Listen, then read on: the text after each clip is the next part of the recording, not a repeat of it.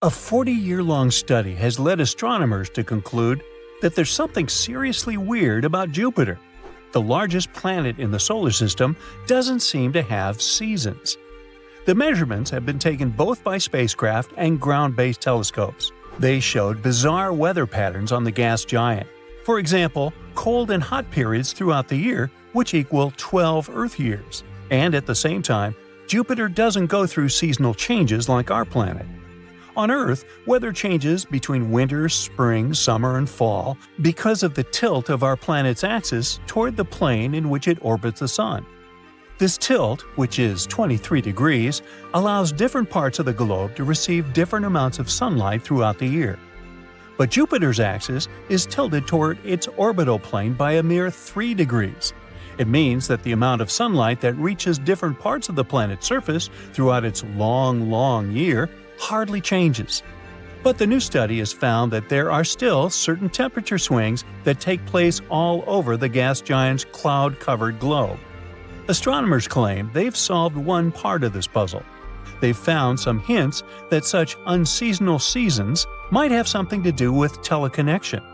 This phenomenon describes periodic atmospheric changes in seemingly unconnected parts of the globe, which can lie thousands of miles apart.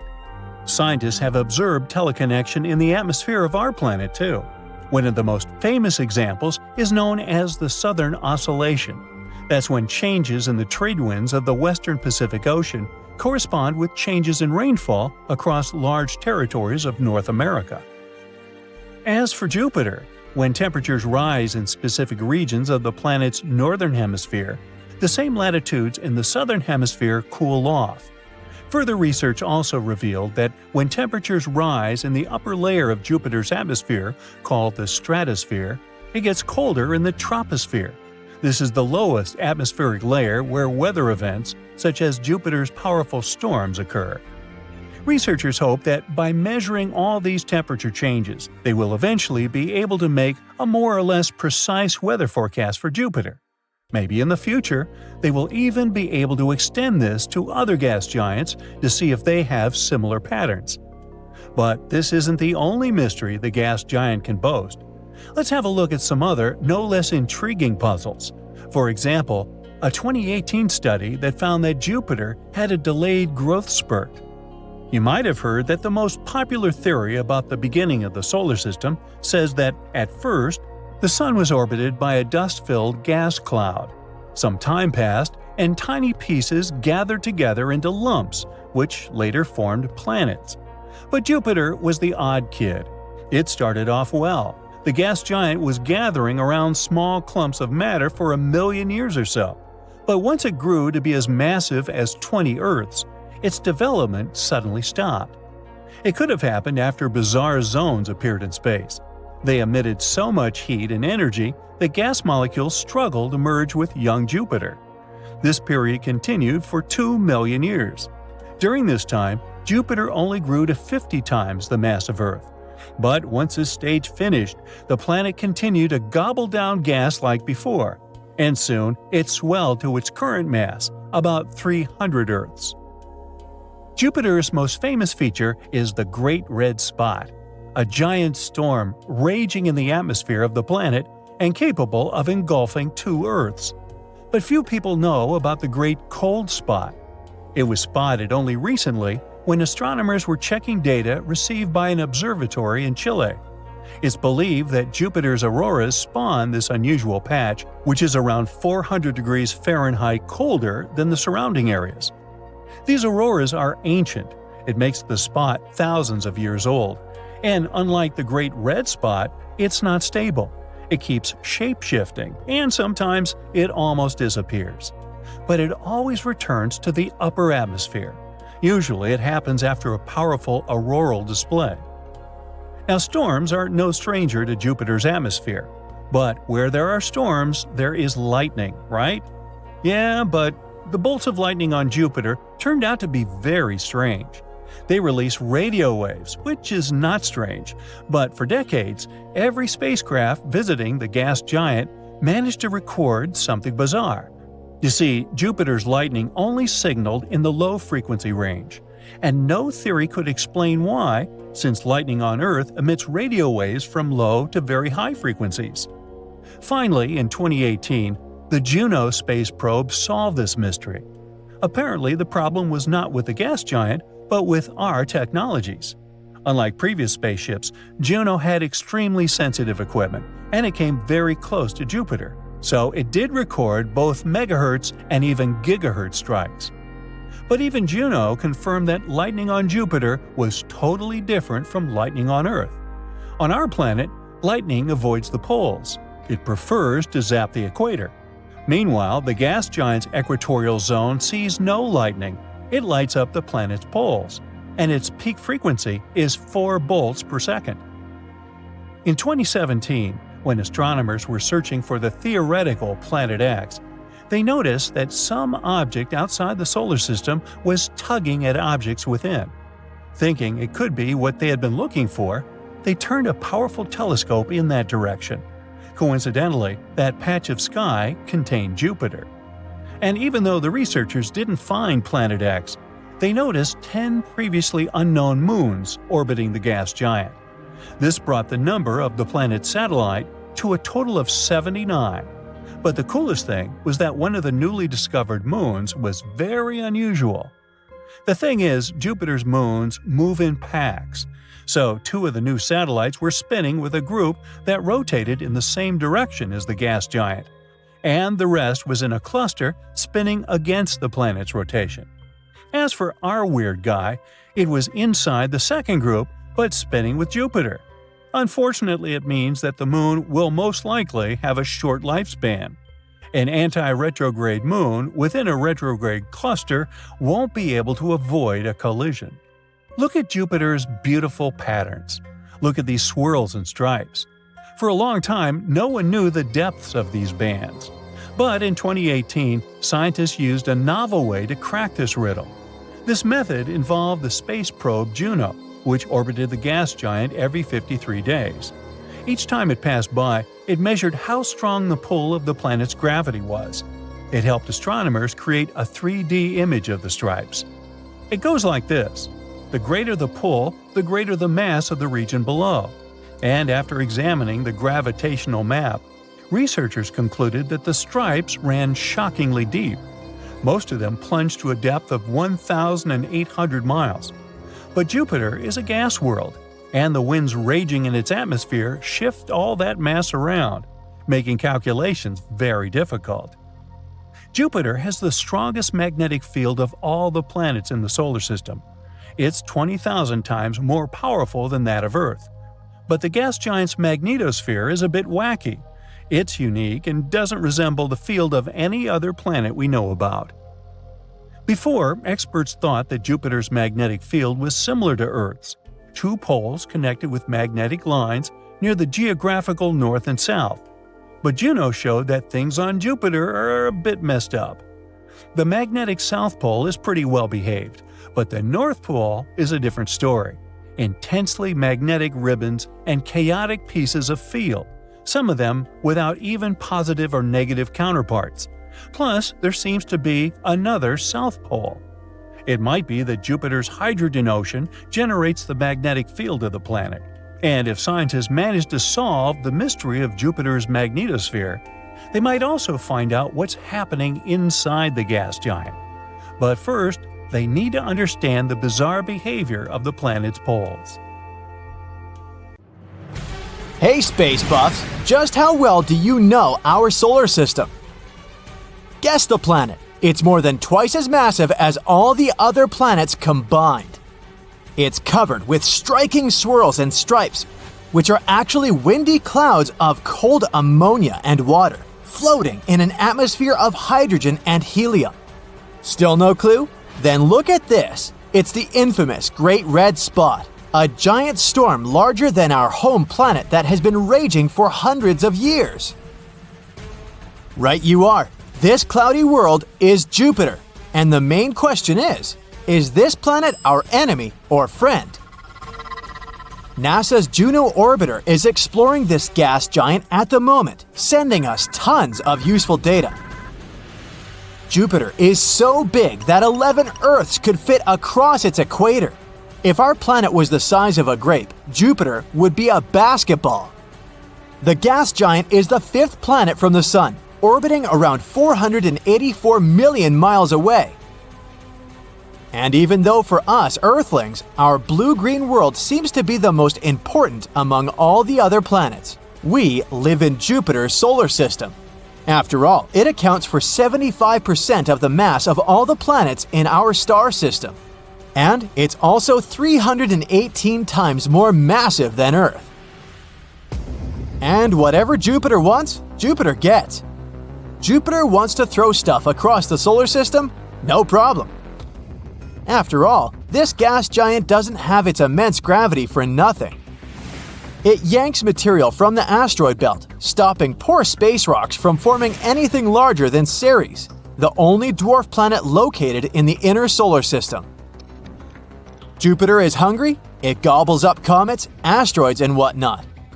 Jupiter's bored. It hurdles everything it manages to capture on wayward trajectories.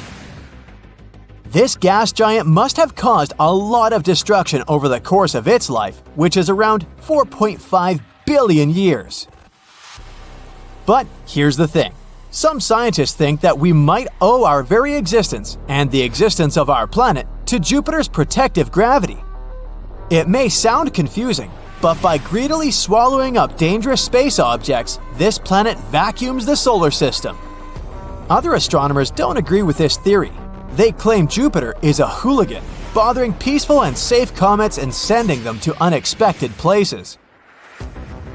You see, some of the most dangerous objects in our solar system are long-period comets.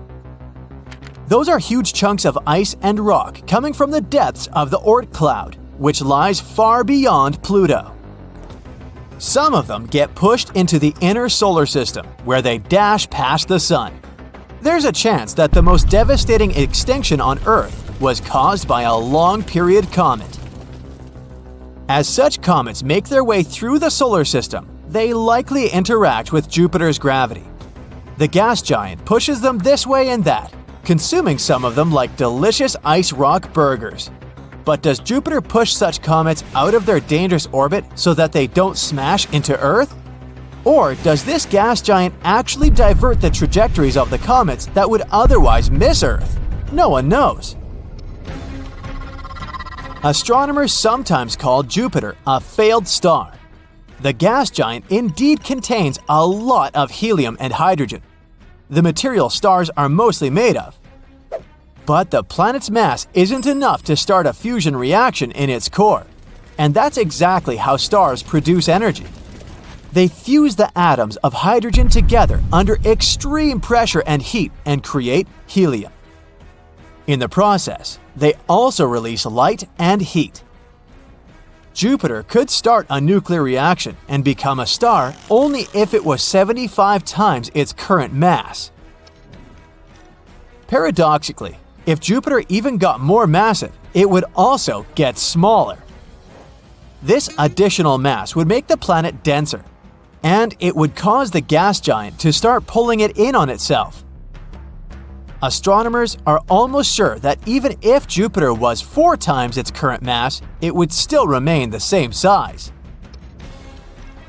Jupiter has between 80 and 95 moons, but one of the most popular ones these days is Europa. Imagine a still, frozen world. It's ancient, about 4.5 billion years old. It's barely heated by the rays of the sun and covered with a thick layer of ice. This world is smaller than our moon, but a bit larger than Pluto. That's what Europa, the 6th satellite of Jupiter and one of the biggest moons in the solar system, looks like. And the coolest thing about this faraway place, it might host life. Astronomers consider Europa to be one of the most promising places in the solar system to search for new forms of life. All because this moon has a huge saltwater ocean with a depth of 40 to 100 miles. Yes, it is hidden under a layer of ice that is estimated to be from 10 to 20 miles thick. But it's still potentially habitable. Astronomers claim that plumes of water erupt from cracks in the ice shell and release the contents of the moon's ocean into space. For a long time, scientists have been wondering about Jupiter's X-ray auroras. What causes them? It seems like the 40-year-old mystery has been solved. Jupiter's breathtaking X-ray auroral emissions are triggered by electrically charged particles called ions. They crash into the gas giant's atmosphere, and here's the result. But astronomers couldn't understand how those ions got to the atmosphere in the first place. But recently, they've seen the ions surfing Jupiter's magnetic field all the way down to the planet's atmosphere. Astronomers have received this data thanks to NASA's Juno spacecraft and ESA's XMM Newton telescope, situated in Earth's orbit. Now, on our home planet, auroras are only visible in a belt surrounding the magnetic poles, between 65 and 80 degrees latitude. Anything beyond 80 degrees and auroras disappear. But Jupiter's X-ray auroras are much more inconsistent.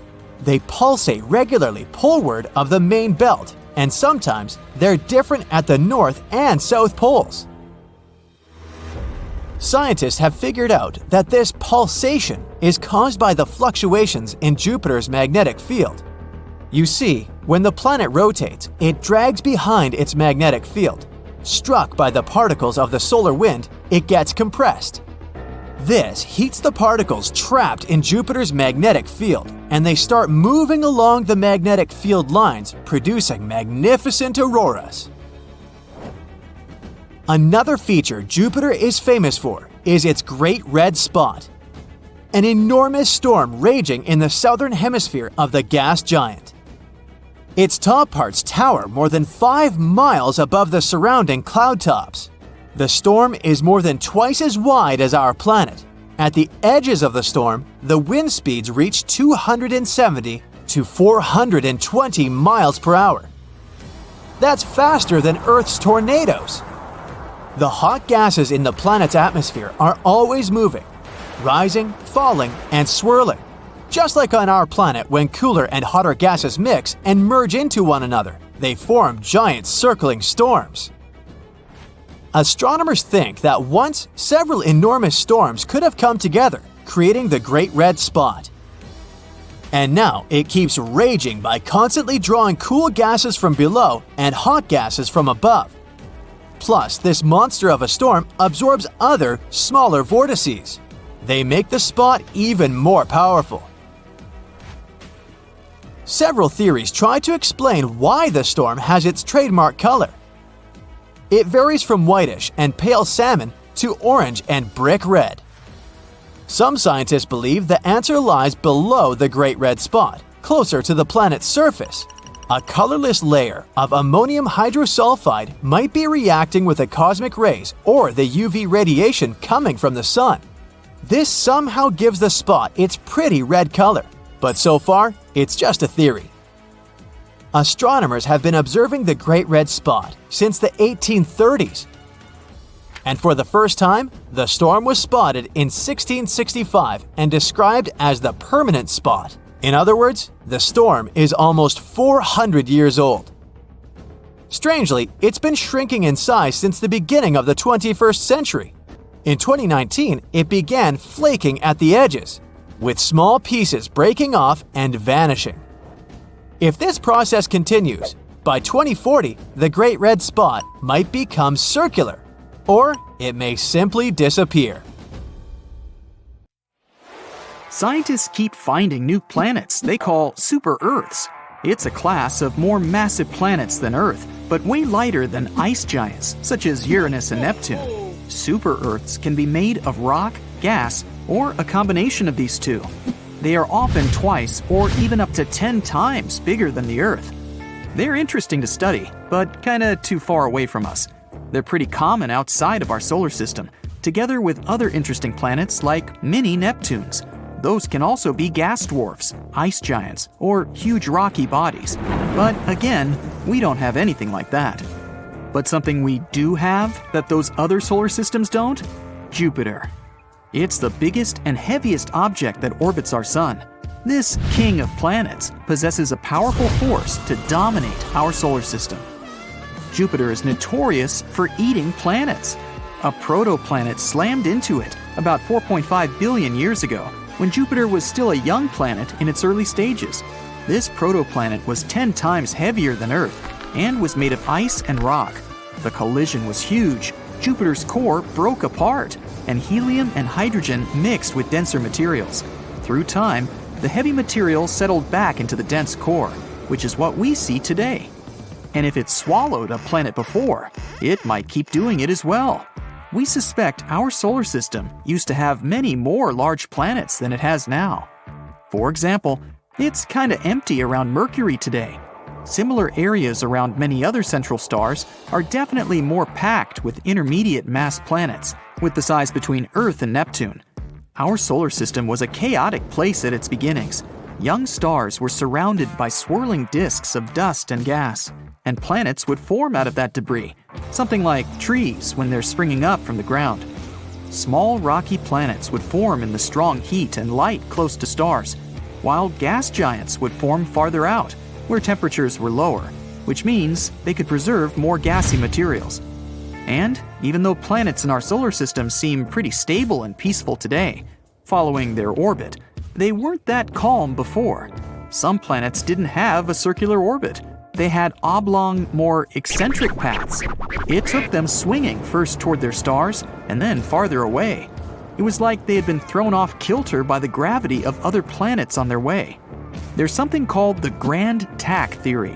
It explains things happening in the first few million years when our solar system was forming. At some point, Jupiter, one of the key players here, may have been pulled in closer by our central star. After that, it went back and took a huge cloud of debris. It was like a sailboat when it tacks around a buoy. This kind of messed with planets that were in the process of formation. After Saturn was fully formed, our close neighbors in the solar system cleared out a little. But if the idea about Grand Tac is correct, Jupiter had grabbed everything in its way, and its migrations had caused more collisions in this area. Jupiter might have delivered some of the water that now fills the oceans we have on our planet. It shepherds plenty of asteroids. From time to time, it sends some whizzing into interstellar space, or amongst the planets in our solar system. It may have even taken part in the dinosaur extinction 66 million years ago. When the huge space rock hit the Earth, it left a crater off the coast of the Yucatan Peninsula in Mexico. It all caused earthquakes, volcanic eruptions, and tsunamis that made a huge impact on all animal and plant life on Earth. No one knows where it came from. We're not even sure if it was an asteroid or a comet. One theory says it may have been a comet that came from the Oort cloud, which is made of icy debris and is located somewhere at the edge of our solar system. It could have been bumped off course by Jupiter and its powerful gravitational force. This way, our solar system was like a pinball machine, where Jupiter, the biggest planet, kicks incoming comets into orbits that send them closer to the Sun. When these comets are near the Sun, they can go through strong tidal forces that break them apart and eventually create shrapnel-like pieces of a comet. That event was a point when our mammalian ancestors started to rule. That means without Jupiter, there might not be us either, nor the Earth. It seemed like our biggest planet came swinging in, destroyed older planets, and cleared the way for smaller worlds like ours. Jupiter may have been the reason why we can't find Planet 9 right now.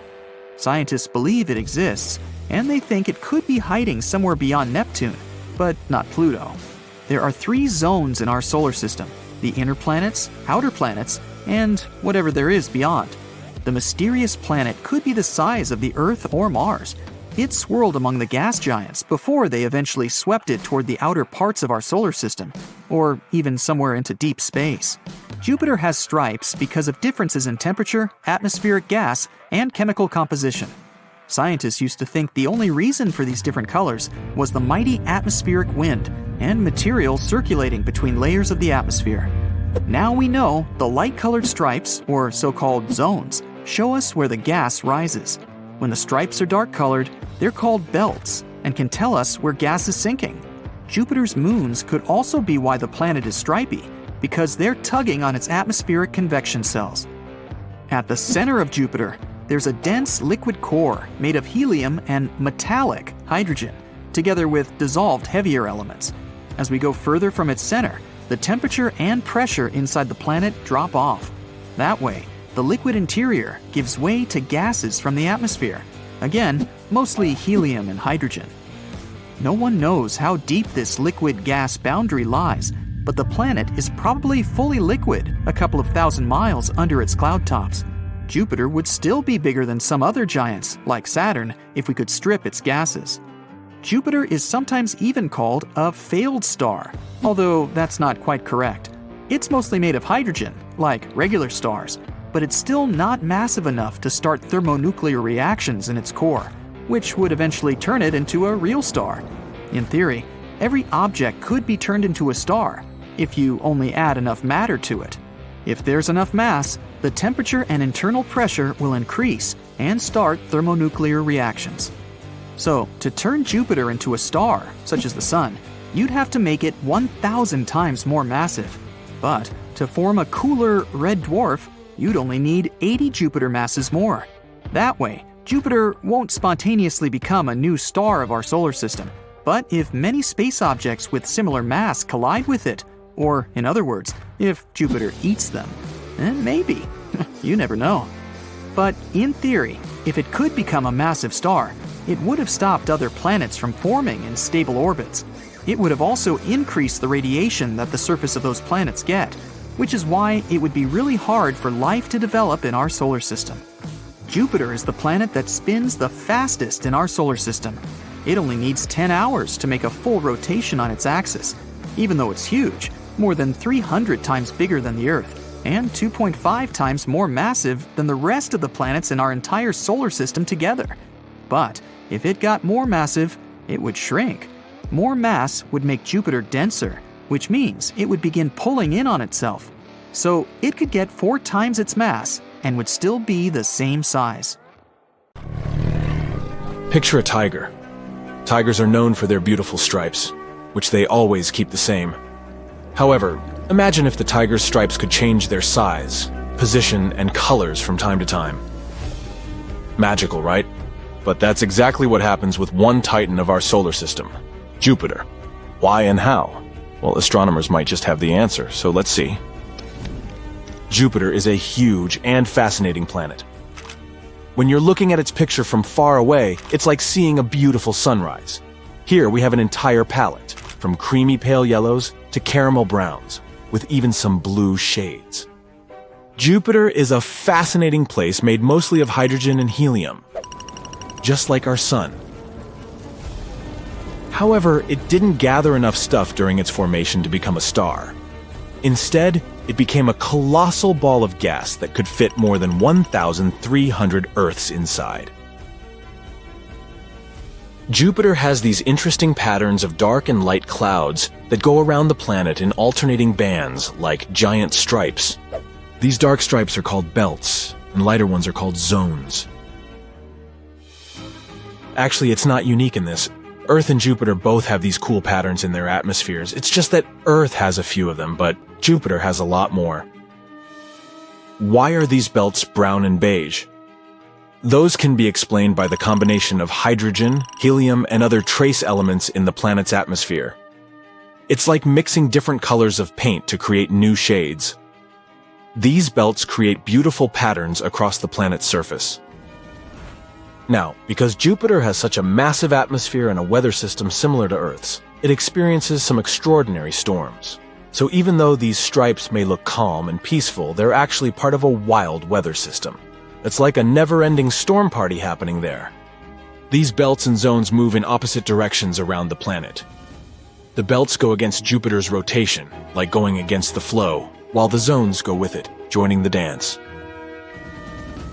And not only do they move in different directions, but they also exist at different heights in the planet's atmosphere. The belts are like regions where things are rising up, like bubbles in a fizzy drink.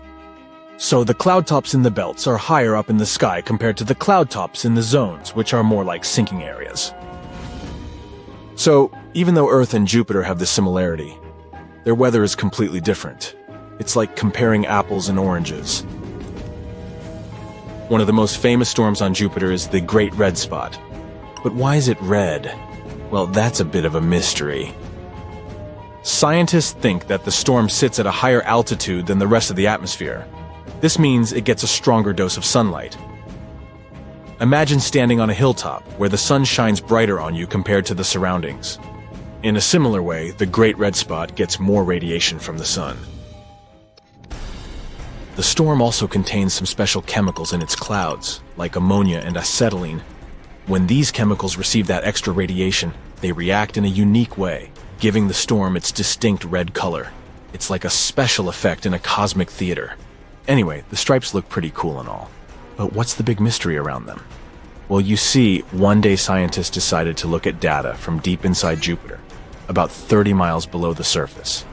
And after peeking in Jupiter's secrets, they noticed something strange.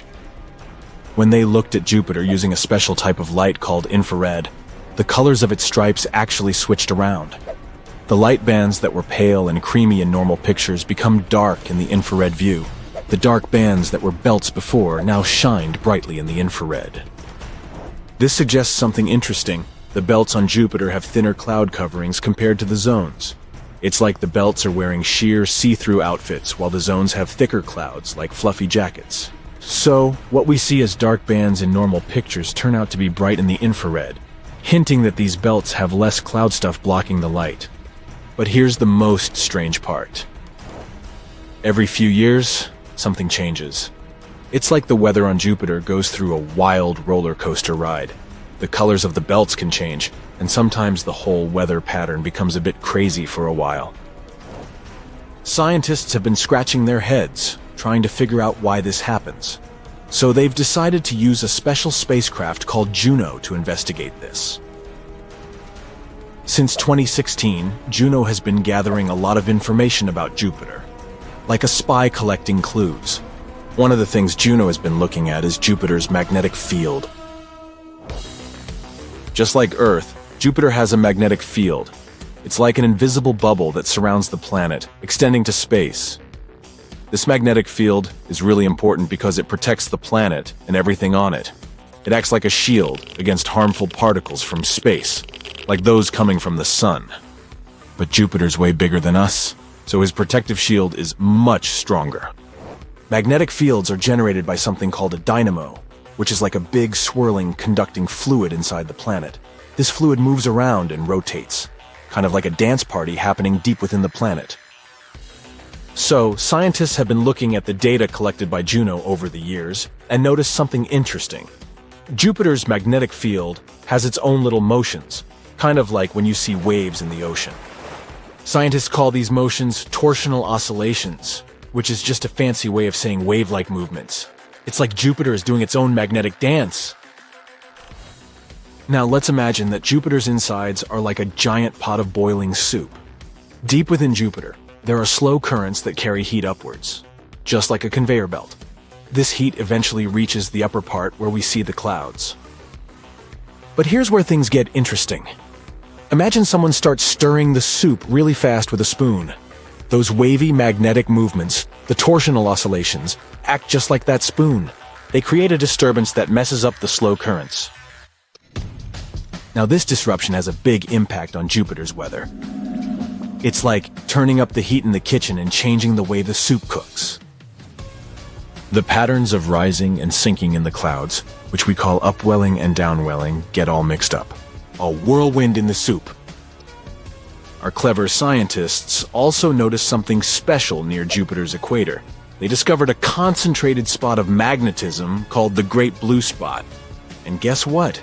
This spot is slowing down, like it's taking a break from its usual fast movement. This suggests that a new type of wavy motion, a new dance, is about to begin. So, to sum it all up, the scientists have come up with a cool idea. These wavy magnetic movements, the torsional oscillations, disrupt the slow currents inside Jupiter, messing up the cloud patterns and causing wild weather. And when the scientists calculated the time it takes for these wave-like motions to happen, they discovered that they match the same time periods when the stripes on Jupiter change. So, In simple terms, the scientists think that these wave-like movements in Jupiter's magnetic field are causing the changes in the stripes on the planet. Pieces of a puzzle are coming together. Scientists are still trying to fully understand why this happens, but it's an exciting step forward in unraveling the mysteries of our vast universe. But there are still some mysteries left to solve. To find more answers, scientists need to keep watching Jupiter closely in the future. By observing how the clouds change, they can check if their theory is correct or if it needs some adjustments. From its massive storms to its colorful belts, Jupiter never fails to amaze us with its cosmic wonders. It may not have ignited as a star, but it shines brightly as a gas giant, captivating us with its size and beauty. So keep your curiosity alive and always reach for the stars. Uh-oh, hurricane alert! Everyone's hiding! The speed of the wind outside is more than 75 miles per hour. Seems like a lot, but this storm is moving at 400 miles per hour. Wait, do such speeds exist? Yep, but to see a storm that fast, you'll have to travel to Jupiter. So let the journey begin. The planet is huge. Almost 1,300 Earths could fit into this gas giant.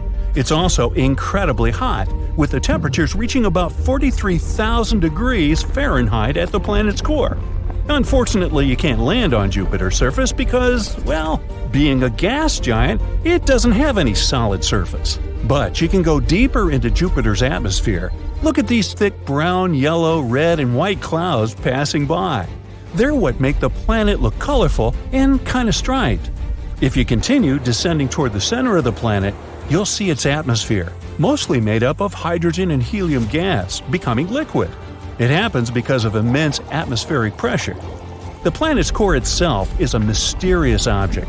Scientists still haven't figured out whether it's a molten ball of thick liquid or a solid rock 14 to 18 times the mass of Earth. Anyway, exploring Jupiter isn't the main goal of your trip. No, you've arrived here to see the Great Red Spot. It's an enormous storm raging in the southern hemisphere of the gas giant. Its top parts are towering more than 5 miles above the tops of the surrounding clouds. The storm is 1.3 times wider than our planet. In 2017, NASA's Juno space probe managed to collect lots of data about the red spot. And it turned out that this monster of a storm goes more than 200 miles down into the planet's atmosphere. That's 30 to 100 times deeper than any ocean on Earth. But these measurements are most likely imprecise, and the storm's true roots can be reaching even deeper. The Great Red Spot is colder than the rest of the atmosphere, and keep in mind that Jupiter's temperatures are minus 234 degrees Fahrenheit in the upper cloud layers. On the other hand, the closer to the core, the hotter it gets. Mysteriously, the highest temperatures ever recorded on the gas giant occurred in the atmosphere right above the Great Red Spot. There, the heat reached 2,400 degrees. This temperature is higher than that of lava on our planet. Astronomers believe that the turbulence caused by the storm might produce gravitational and sound waves that can be responsible for the superheating. But the storm itself is warmer at the bottom than at the top. People have been watching the moving vortex on Jupiter for more than 150 years. Some time ago, astronomers predicted that it would gradually slow down and become smaller or disappear entirely. But that turned out not to be the case. After having analyzed all the data received with the help of the Hubble Space Telescope, researchers were baffled to discover that the winds at the outer boundaries of the storm had actually picked up speed. The change in the wind speed is no more than 1.5 miles per hour during one Earth year. It's a tiny change, but however small the difference is, it still means a lot. The wind speed at the edges of the storm can reach a mind-boggling 400 miles per hour. That's faster than Earth's tornadoes. At the same time, if you found yourself at the center of the Great Red Spot, you wouldn't be too impressed. The winds there move way more slowly. Scientists faced lots of challenges when they were trying to understand the mystery that was the Great Red Spot. It's unclear what fuels the storm. Can it be the nature of the storm's home planet? Since it's a gas giant, Jupiter doesn't have any solid ground, so there's no friction, which might be the only thing that could make the storm weaken. The hot gases in the planet's atmosphere are always moving, rising, falling, swirling, just like on our home planet, where cooler and warmer air mix and merge into one another, forming giant circling storms. Astronomers think that once, several enormous storms could have come together and created the Great Red Spot. And now, it keeps going by constantly drawing cool gases from below and hot gases from above. Plus, the storm might be absorbing other smaller vortices. This makes the Great Red Spot even more powerful. Unfortunately, thick clouds on Jupiter don't allow astronomers to see what's going on in the planet's lower atmosphere. Scientists have been speculating on what may hide beneath the Great Red Spot for decades. Is it a massive volcano? Unlikely. Jupiter is mostly made up of gases, and it doesn't have a crust that could crack, letting lava escape from the planet's interior. There are also a few theories explaining why the storm has its trademark color. It varies from whitish and pale salmon to bright orange and brick red. Some scientists believe the answer lies deep below the Great Red Spot, closer to the planet's surface. A colorless layer of gas might be reacting to the UV radiation coming from the sun. This is probably what gives the storm its red color. But so far, it's just a theory. Hey, your guess is as good as mine, huh? Jupiter isn't the only planet that can boast having a giant storm. Another one, as wide as our home planet, rages on Saturn. It's called the Great White Spot. How clever! The storm has a tail of white clouds encircling the entire planet. It occurs every 30 years or so. The storm indeed starts as a spot, but then it starts stretching and stretching. Astronomers have figured out that the Great White Spot is actually a huge system of thunderstorms. At the top of the storm, lightning can flash more than 10 times per second. But the main mystery about the Great White Spot is where it gets its energy from. Some scientists think it may be powered by the sun. Others argue that the storm's cloud pattern only makes sense if there's an internal source of heat that can power the winds. Anyway, severe storms on different planets of the solar system aren't the only space mystery that makes astronomers scratch their heads. Let's move to Pluto, the largest known dwarf planet in the solar system, and explore its atmosphere. It rises really high above the surface of the planet and has more than 20 layers, all of them freezing cold and extremely condensed. By the way, our moon also has some sort of an atmosphere. Called an exosphere, it consists of helium, neon, and argon. It's 10 trillion times less dense than Earth's atmosphere. While traveling through space, watch out for black holes. Woo! A black hole is a place where gravity is so strong that even light can't get out. But black holes can sometimes behave like a massive galactic volcano. From time to time, they flare up. Sounds like me. But instead of spewing lava, they produce enormous amounts of energy, and this phenomenon leaves gaping holes in the surrounding material and gas. A short while ago, scientists discovered one of the largest craters in the universe. Radio and X-ray telescopes detected a supermassive black hole that threw a temper tantrum many years ago. It happened in a galaxy cluster about 390 million light-years away from Earth. The crater this event left behind could fit 15 Milky Way galaxies. Yeah, I can't get my head around that either. During your space voyage, think twice before landing on unknown planets. Otherwise, you may end up in a place like K2 141b. That's a planet outside of our solar system. At first glance, it's not that different from Earth. It has liquid oceans that evaporate, form clouds, condense, and get back to the surface as rain. But instead of water, it rains rocks. The surface of this exoplanet is covered with lava seas dozens of miles deep. The temperatures on the K2 141b reach 5,000 degrees during the day. That's toasty enough for the magma in the oceans to vaporize into the atmosphere. Then, supersonic winds, which can move at the speed of 1 mile per second, carry this rock vapor into the planet's night side. The vaporized magma cools down, becomes liquid again, and falls as a rocky rain. Not a vacation spot. Too hot. I'll pass. Imagine a still, frozen world. It's ancient, about 4.5 billion years old. It's barely heated by the rays of the sun and covered with a thick layer of ice. This world is smaller than our moon, but a bit larger than Pluto. Its name is Europa, the sixth satellite of Jupiter and one of the biggest moons in the solar system. But the coolest thing about this faraway place, it might host life. Astronomers consider Europa one of the most promising places in the solar system to search for new life forms. All because this moon has a huge saltwater ocean with a depth of 40 to 100 miles. Yes, it is hidden under a layer of ice that is estimated to be from 10 to 20 miles thick. But it is still potentially habitable.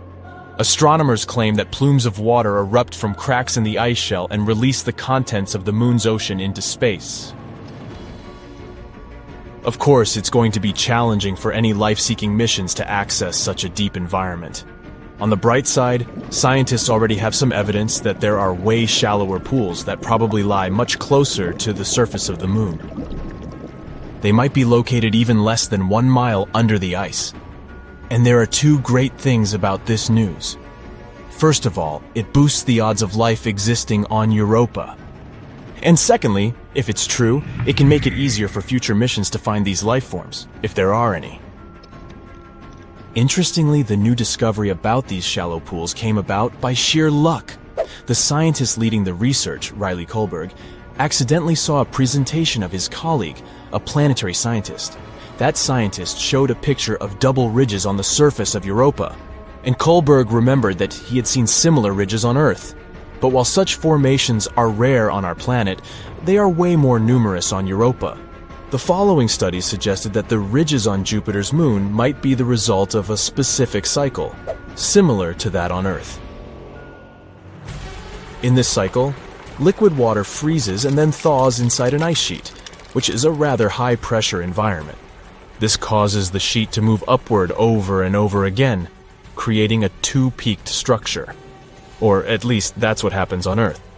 If the processes on Europa are similar, it can prove the presence of shallow waters on the satellite. Of course, the temperature, pressure, and chemistry are very different on Europa. And scientists don't know yet how the ice behaves there. That's why they can't understand how deep or large the water pockets are, or how long they need to refreeze. But what is more or less clear is that such under-ice environments on Europa are very likely to be protected from Jupiter's harsh radiation battering the satellite's surface, which in turn increases the chances of life existing on Europa. Now, can we get back to the fact that the ocean on Europa seems to be salty? Red streaks on the satellite's surface might have this color due to their chemical content. They're likely a frozen mixture of water and salts. This is quite unusual because such a composition doesn't match any known substance here on Earth. As for yellow spots on Europa's surface, those might be caused by the presence of sodium chloride. You know this substance as good old table salt. Scientists tried to recreate the conditions on Europa in a lab. They discovered that by combining water, table salt, freezing temperatures, and high pressure, they could get a new kind of solid crystal. This substance might exist both at the bottom of Europa's ocean and on the moon's surface. But besides this information, researchers are in the dark. Hopefully, we'll find the answers to some of these questions around 2030. That's when a mission called Europa Clipper, which is going to be launched by NASA, will probably reach Europa. The mission is going to have several close flybys and figure out if any form of life can exist on the moon.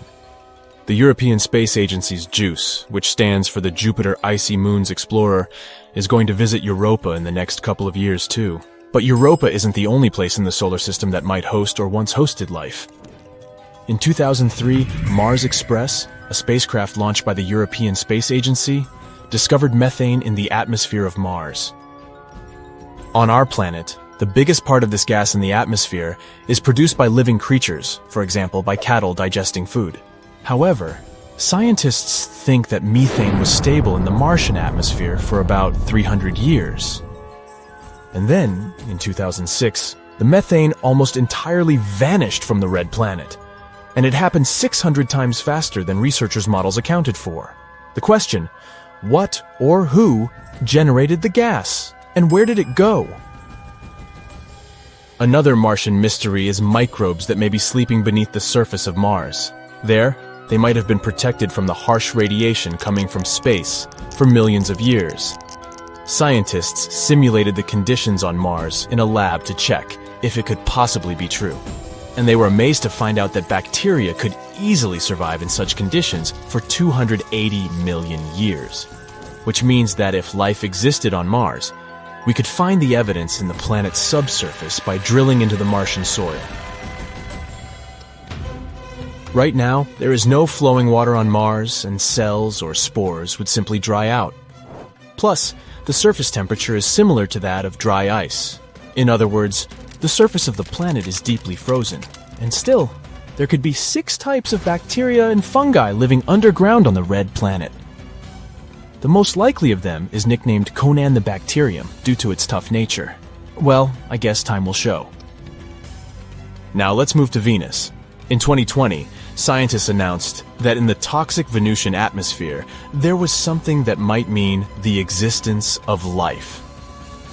Unfortunately, scientists didn't have any evidence, since there was no chance to collect any microbe specimens or snap any pictures of extraterrestrial life. But they claimed that they had discovered a chemical called phosphine there, and it was a big deal. If it wasn't some previously unknown chemistry that was producing this gas, then there could be some kind of microbial life involved in the process. Phosphine is made up of 3 atoms of hydrogen and 1 atom of phosphorus. This gas is toxic to any terrestrial life form that needs oxygen, including us humans. On our planet, phosphine can be found in places with no or little oxygen, for example, marshes and swamps. The gas is created by complex mixtures of bacteria living there. It can also be produced industrially. Come to think of it, phosphine isn't supposed to be in Venus's atmosphere altogether. This gas needs precise pressure and temperature and tons of hydrogen to form. It wouldn't be all that surprising to find it on Saturn or Jupiter, famous gas giants. But on Venus, totally unexpected. There's no way phosphine can be naturally produced on this planet. Tiny amounts of it can be created during volcanic eruptions, lightning storms, minerals blown up to the surface, or meteorites entering Venus's atmosphere, but not as much as astronomers thought they had observed. And it had to make scientists suspicious, but they were too happy about their discovery. They probably thought it meant there could be life on Venus. But even if this gas was created by some mysterious organisms, it would be a big question how they survived on Venus. On our planet, some microbes can thrive in environments with an acidity of 5%, but no more. On Venus, though, clouds are almost entirely made of acid, containing more than 90% of sulfuric acid. The Venusian atmosphere is also 50 times as dry as the driest place on our home planet. And indeed, in 2022, thanks to better and more high-resolution telescopes, it was concluded that there was no phosphine in Venus's atmosphere. Or even if there was, it was a very small amount. So far, we need to look for signs of life further away from Earth. Imagine leaving your house one morning and seeing not 1, but 2 stars shining in the sky. The first one is our good old sun, and the other is Jupiter. But how has a planet turned into a star? And what will now happen to Earth and its inhabitants? Before we find the answer to these urgent questions, we need to revise some things we know about Jupiter. The largest planet in the solar system is a gas giant, which means it's made up mostly of gases. Due to the pressure and temperature differences, these gases separate into layers. This creates those red and white bands that can be clearly seen from Earth. The temperatures at the top of Jupiter's atmosphere are insane. They can reach a whopping 1,340 degrees Fahrenheit.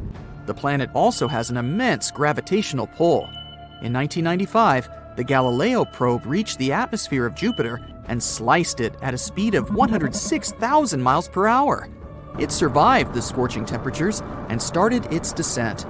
It kept moving even when the temperatures suddenly dropped and the pressure, as well as the speed of the wind, increased. But 58 minutes and 97 miles into its exploration, things went downhill. The pressure of 23 atmospheres and still high temperatures finished the probe off.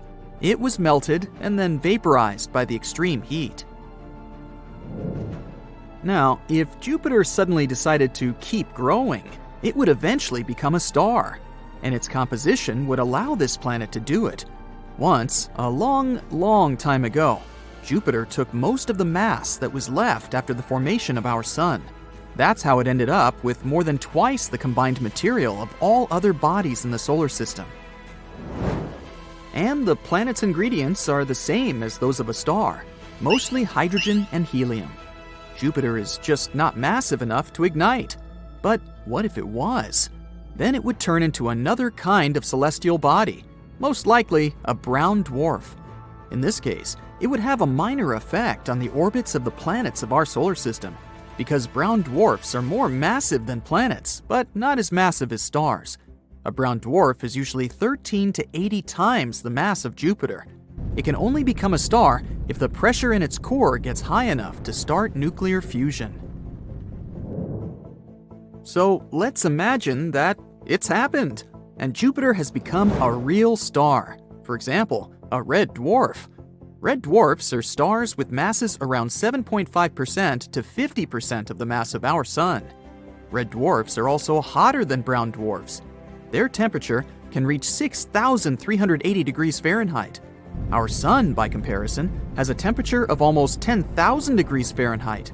So, it means that the newly formed red dwarf will be far dimmer than the Sun. And still, red dwarf Jupiter could prevent the inner planets from following their orbits, because they wouldn't be able to find a balance between the gravitational forces of the two stars. The planets would move either closer to the Sun or closer to the newly formed red dwarf. If Earth chose the first option, our main star's insane temperatures would probably wipe all living beings off the face of the Earth in no time. If it was the second scenario, we'd probably freeze, since Jupiter, as a dim red dwarf, wouldn't be able to warm us up well enough. But there could be one more option. The inner planets could get thrown out of the solar system altogether. If Jupiter was a star, it would also greatly increase the amount of radiation the surface of Earth would receive. Our atmosphere would have to protect us both from the radiation coming from the Sun and from Jupiter's radiation. Red dwarfs are notoriously active. That's why Jupiter, just like the Sun, would most likely have frequent coronal mass ejections. This is a fancy expression for describing large clouds of electrically charged particles a star releases with a huge burst of speed. Even now, Jupiter has a significant impact on our planet. The gas giant is roughly 318 times as massive as Earth. And this also means it has an outsized pull on our planet. Its gravity can cause shifts in the orbit of our planet and climate swings every 400,000 years or so. When Jupiter's influence is the strongest, Earth usually has colder winters, hotter summers, and more intense periods of wetness and droughts. Also, if Jupiter turned into a red dwarf, its most prominent feature might probably disappear for good. I'm talking about the Great Red Spot. It's an enormous storm raging in the southern hemisphere of the gas giant. Its top parts tower more than 5 miles above the tops of the surrounding clouds. The storm is almost twice as wide as our planet. In 2017, NASA's Juno space probe managed to collect lots of data about the red spot. And it turned out that this monster of a storm went more than 200 miles down into the planet's atmosphere. That's 30 to 100 times deeper than any ocean on Earth. But these measurements are most likely imprecise, and the storm's true roots can be reaching even deeper. The Great Red Spot is colder than the rest of the atmosphere. And keep in mind that Jupiter's temperatures are negative 280 degrees Fahrenheit in the upper cloud layers. On the other hand, the closer to the core, the hotter it gets. Mysteriously, the highest temperatures ever recorded on the gas giant occurred in the atmosphere right above the Great Red Spot. They were higher than the temperature of lava on our planet. Astronomers believe that the turbulence caused by the storm might produce gravitational and sound waves that can be responsible for the superheating. But the storm itself is warmer at the bottom than at the top. People have been watching the moving vortex on Jupiter for more than 150 years. Some time ago, astronomers predicted that it would gradually slow down and become smaller or disappear altogether. But that turned out not to be the case. After having analyzed all the data received with the help of the Hubble Space Telescope, researchers were baffled to discover that the winds at the outer boundaries of the storm had actually picked up speed. The wind speed at the edges of the storm can reach a mind-boggling 400 miles per hour. That's faster than Earth's tornadoes. At the same time, if you found yourself at the center of the Great Red Spot, you wouldn't be too impressed. The winds there move way more slowly. And now, I have another what-if situation for you. What if Jupiter collided with the smallest star we know about? Today, these two space bodies are on a collision course. A spoiler, Earth might not survive such an encounter. Okay, meet this tiny red dwarf. It's the size of Saturn, and its gravity is around 300 times the gravity of our planet. It normally floats 600 light-years away from Earth in a double star system. But today, for some inexplicable reason, it's broken all the laws of the universe and is rushing toward the biggest gas giant in our solar system. And even though this space guest is smaller than Jupiter, its mass is way greater, and its gravitational force soon starts to pull on the gas giant. The heat from the red dwarf, plus its powerful gravity, makes Jupiter grow in size. The planet's atmosphere starts to puff up because the gases that make up the planet begin to heat up and expand. Jupiter's atmosphere starts to leak into space toward the stellar visitor. Sometime later, the runaway gases form a bright hot ring around the red dwarf. This is a terrifying view, as if a black hole, a very bright one, has appeared inside the solar system. The star keeps tearing Jupiter apart, eating chunks of the gas giant, and soon the red dwarf engulfs it completely. Sadly, Jupiter never stood a chance. Instead of the gas giant, we now have a red dwarf surrounded by a ring of hot gases. And we already know how badly it may end. The best thing about it is that this scenario is totally imaginary. Phew, thank goodness. Extremely hot and insanely fast. Yeah, that's me. Oh wait, you mean the space thing. Okay, first, they discovered Peg 51, an exoplanet that orbits a star similar to ours. An exoplanet is any planet outside of our solar system that orbits a star that's not the Sun. This planet was completely different from anything we've ever found. Almost the same diameter as Jupiter, but half the gas giant's mass. It took only 4 days for this exoplanet to orbit its star, which seemed impossible. It was definitely too fast for something so massive. And then, scientists started finding something they've named hot Jupiters all over space. Lots of heated gas giants were located only a couple of million miles away from their stars. Sometimes, there were a couple of space bodies orbiting their stars pretty closely, and many were a few times bigger than Earth. Solar systems where they found hot Jupiters are not like ours. We have a neat system with smaller rocky planets on the inside and big gas giants on the outside. And almost all of them peacefully orbit the Sun, following their trajectories. Everything is in order. When a star is at the earliest stage of its formation, it creates a disk of gases, debris, and dust surrounding it. It's called an accretion disk. These gases slowly get pulled into the star because of its gravitational forces, and this leads to some kind of a stellar whirlpool. The outer parts of the disk are more gas-dense than the center. With time, the whirlpool effect gets even stronger. The same thing happens with hot Jupiters, which causes these gas giants to start orbiting much faster than usual. This also carries it further toward the star in a tightening spiral. Luckily, our Jupiter didn't become a hot Jupiter. Our gas giant started its life as an icy Earth-sized asteroid, which is different from the way hot Jupiters form. During the time when it was forming, Jupiter was around 4 times as far from the Sun as it is today, somewhere between Uranus and Neptune. About 2 to 3 million years after Jupiter first formed in the accretion disk of our Sun, it started a 700 million year long phase astronomers call the Grand Tac. Now, tack is something a boat performs when going towards a buoy and then slipping past and around it. Then it speeds up and goes in the direction where it came from. That was the same thing Jupiter started doing. and in its tightening orbital migrations, the planet's gravity could have moved many asteroids and other space bodies, distorted the orbits of larger planets, and caused collisions and chaos. Jupiter's grand tack would have destroyed many big space bodies. It's a could-have-been scenario, but luckily, Jupiter changed its course and became a peaceful gas giant. Neptune, Uranus, and Saturn were starting their own version of this chaotic process. Saturn even got so big that its gravity started pulling Jupiter away from its orbit. But after some time, these gas giants' orbits became locked. Then both of them managed to clear away the gases remaining between them. And since these gases were some sort of fuel for the planet's migrations, Jupiter and Saturn could both finally settle into the stable orbits we know today. Jupiter can still lob 1 to 2 icy asteroids at the inner planets from time to time. But when our planet was younger, this could have been one of the processes that formed the oceans on Earth. But Jupiter is much calmer these days. Saturn's gravitational forces have moderated the situation and are now keeping it under control. Now, Jupiter is our protector. It's 2.5 times the mass of the other planets of our solar system combined. It's some sort of a gravitational shield orbiting around the inner part of the solar system.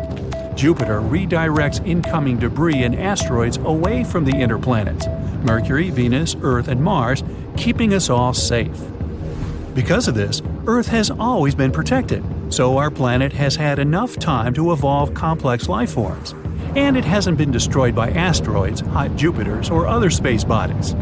Jupiter wasn't the only planet that could have collided with Earth. Scientists think Mercury might have been involved in a hit-and-run accident with our planet. Mercury is the innermost planet in our solar system. It's the closest to the Sun and the smallest planet out there. And it also keeps getting smaller. Nowadays, its diameter is around 9 miles smaller compared to its size 4 billion years ago. Scientists think this might be happening because the planet's core is made of iron, and this iron is cooling and becoming solid, which is slowly reducing the planet's size. Mercury is the planet with the biggest number of craters in our solar system. Its atmosphere is really thin, so it can do nothing to keep the planet protected from meteors. The largest crater on Mercury's surface is at least 963 miles across. It could fit Western Europe from Germany to Portugal. The object that formed such a crater must have been at least 62 miles long. With all these craters, Mercury looks similar to our Moon. It orbits the Sun faster than the other planets, so 1 year on Mercury lasts around 88 Earth days. That means celebrating a birthday every 3 months or even more often.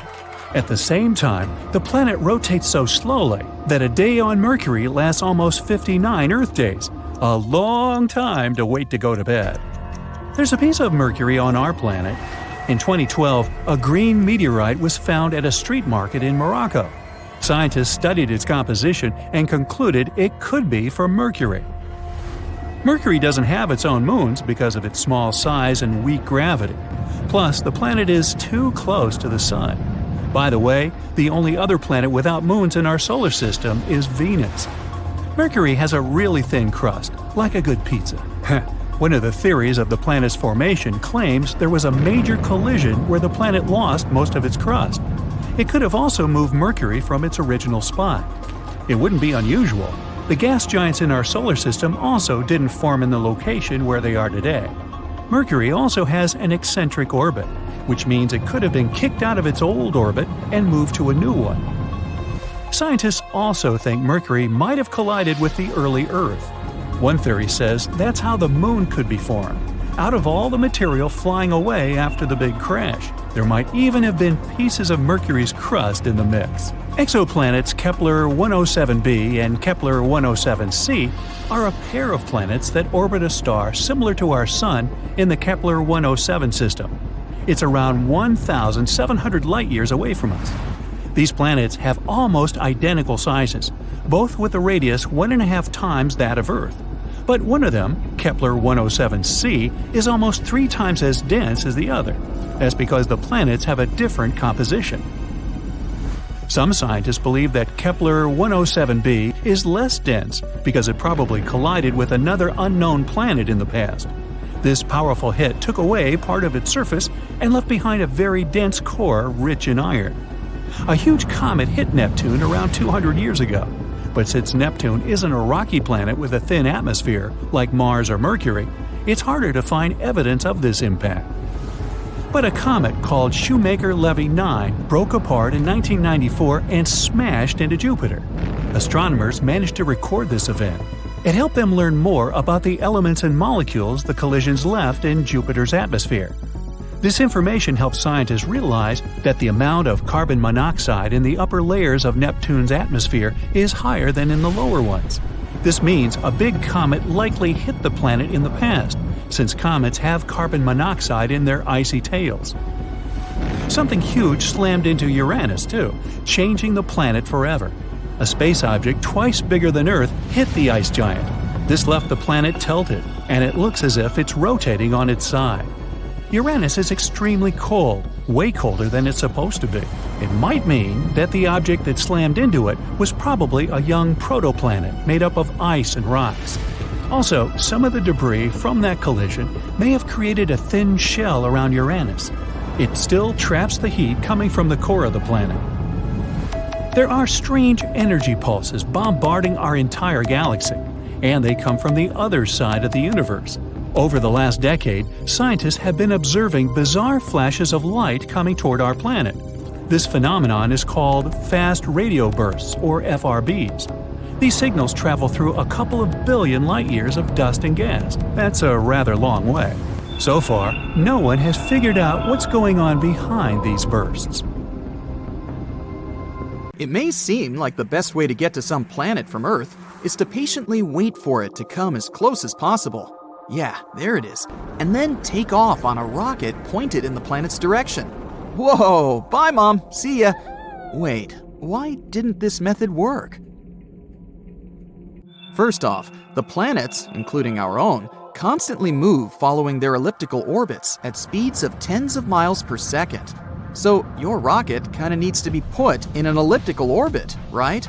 Kinda like aiming a dart at a moving target, or throwing a surprise party for your friend. You don't want the surprise to come at the wrong moment. Also, when we send spacecraft to other planets, we want to use as little energy as possible. And to get to any planet out there in the easiest way possible, you actually need a special trick called the Hohmann transfer orbit. Let's say you want to travel to Mars. You have to wait until Earth and the red planet are in the right positions, so you don't get lost up there or run out of fuel somewhere halfway. Traveling there using a Hohmann transfer orbit would take about 259 days. That's because the transfer orbit between Earth and Mars takes 517 days to complete a full orbit, and the trip to Mars covers half of that orbit. Couldn't you just travel faster? Well, yeah, but that would waste way more fuel, which would make the launch more complicated, since the rocket would be too heavy. Basically, it would be like a dog biting its own tail.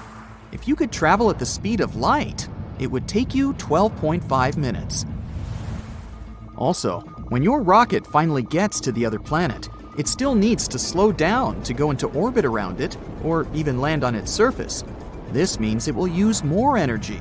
But you can try to use as little as possible and maybe go with things such as parachutes or aerodynamic braking.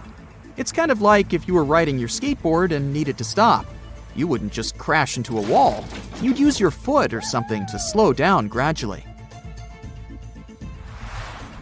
Traveling to Venus is a bit quicker. It would take you about 146 days. That's not bad. But the problem is you'd still need to wait for about 2 years before coming back to Earth.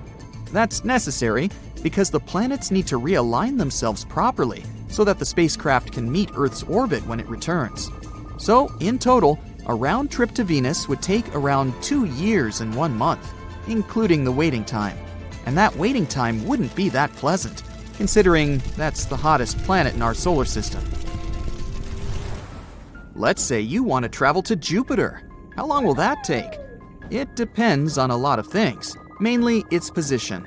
Plus, how fast are you traveling? If you want to use the best technology we have right now, you should know that it took the fastest spacecraft ever built, NASA's New Horizons, just over a year to reach Jupiter. But keep in mind that the New Horizons mission was just a flyby. The spacecraft didn't actually go into orbit around Jupiter. If you wanted to stay in orbit and explore Jupiter up close, it would take way longer. So, definitely not a weekend trip. Using the Hohmann transfer, you'd need several years to get to Jupiter. That's because a Hohmann transfer puts focus on transferring an object from one orbit to another. Jupiter is in a higher orbit than our home planet. So, to finish the transfer, your rocket would need to travel along a path that would take it past the orbit of our gas giant. So, the rocket would need to speed up when it gets closer to Jupiter to avoid falling back towards the Sun, and then slow down when it passes Jupiter to avoid flying off into space. It's like a car speeding up to climb a hill and then slowing down as it goes down the other side. This is how the spacecraft uses the gravity of Jupiter to move into orbit around the gas giant. It's hard to tell the exact distance between Jupiter and Earth. They're both traveling around the Sun in different oval-shaped paths. Sometimes they get really close to each other, and other times they're really far apart. It's like they're playing tag. But on average, they're 444 million miles away from each other. When Jupiter is farthest away from Earth, it's a whopping 601 million miles away. That's like driving around the entire Earth 24,000 times.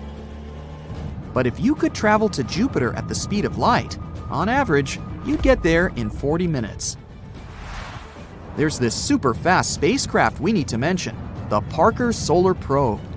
Imagine you're on a really fast roller coaster, moving at incredible speeds that are hard to fathom. The roller coaster would actually be our Parker Solar Probe. It's flying closer and closer to the Sun, breaking speed records along the way. During its 10th close flyby of the Sun in November 2021, the Parker Solar Probe managed to reach a top speed of more than 360,000 miles per hour. That's like traveling around the whole Earth in several minutes. And get this, when the spacecraft gets even closer to the Sun in December 2024, it's expected to reach a speed of 430,000 miles per hour. Yep, not a good idea to have a big lunch before this roller coaster. Now, let's say you're on the Parker Solar Probe and you want to take a detour to visit Jupiter. If you were able to travel in a straight line at the same speed the Parker Solar Probe was going during its 10th flyby, it would only take you 42 days to reach Jupiter at its closest approach. On their average distance, you'd need a little bit longer to get there, 51 days. You'd also have to consider the duration of your trip. There are two ways your rocket can arrive at a planet, either by going into orbit around the planet or by just flying by really fast. If the spacecraft is supposed to go into orbit, it needs to slow down when it gets close to the planet. Imagine it gets captured by the planet's gravity and starts going around it. Better to slow it down when it arrives then. And this means burning lots of extra fuel and making your trip longer. Here's something interesting. To travel faster, we can use something called gravity assist. That means we use the gravity of planets and other objects in space to give us a little push and speed our precious rocket up. That's how the Voyager spacecraft were able to travel to Saturn and beyond. But even with a gravity assist, it still takes a really long time to travel to other stars. For example, the star that's closest to us is Proxima Centauri, and it's still 4.2 light-years away. Let's change the method now compared to the previous examples. If we traveled at the same speed as Voyager 1, it would take us 75,000 years to get there. If you prefer to take a trip to Uranus, know that the distance goes up to 2 billion miles, depending on the spot where the planets are during their orbits. It took about 9.5 years for Voyager 2 to reach Uranus. But Uranus is cold, and as an ice giant, it doesn't even have a real surface to land on. Most of the planet is swirling fluids anyway. Not only would you have nowhere to land there, but your rocket would hardly even manage to pass through the atmosphere of Uranus unscathed.